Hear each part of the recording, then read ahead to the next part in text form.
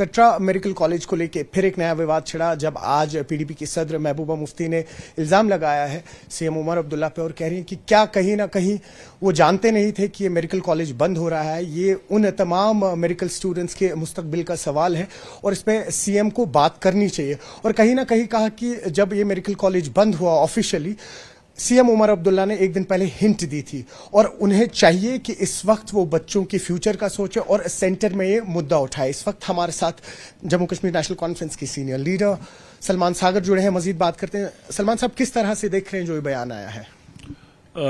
आप शायद महबूब जी के बयान की बात कर रहे हैं। जी, तो पहले तो मैं ये कहूंगा कि उमर साहब बड़े कंसर्न रहेंगे हमेशा एज ए लीडर स्टेट में भी, और as of now as a chief minister भी उनके बड़े कंसर्न रहेंगे इसमें। अगर किसी भी स्टूडेंट के साथ ज्यादती हो रही है, वो चाहेंगे नहीं कभी उनकी एडमिशन की बात हो या बाकी चीजें हो। तो वो इनफैक्ट अभी रिजर्वेशन के बारे में उमर साहब ने बात की, क्या हमने अपना काम किया हुआ है।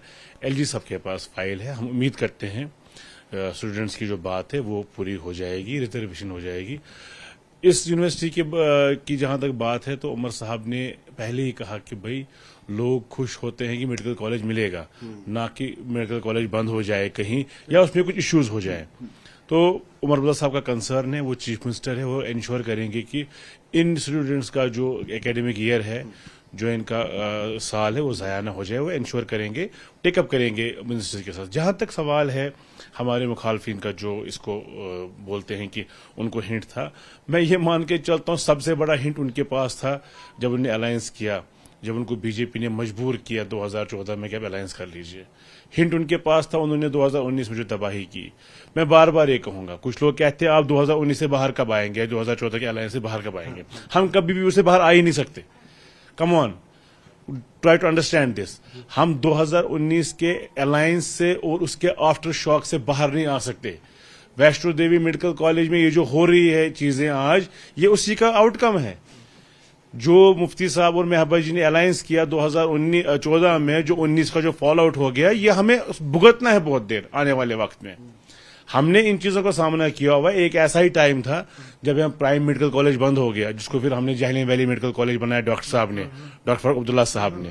तब भी स्टूडेंट्स की जो करियर स्टेक पर थे, उन्होंने नया मेडिकल कॉलेज बनाया, जहलीम वैली मेडिकल कॉलेज उस वक्त, जिसको हम आज नया मेडिकल कॉलेज बता रहे, जो उसका अब एक विंग है हमारे सिक्किम्स की।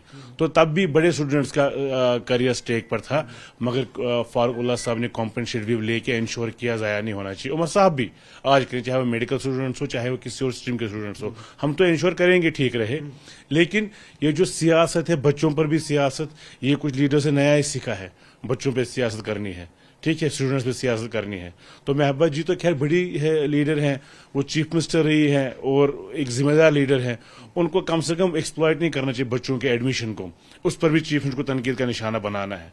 तनकीद का निशाना हम उनको बार बार बनाएंगे, क्योंकि मैं जाती तौर कहता हूं हम उनको बार बार इस बात पर पकड़ेंगे।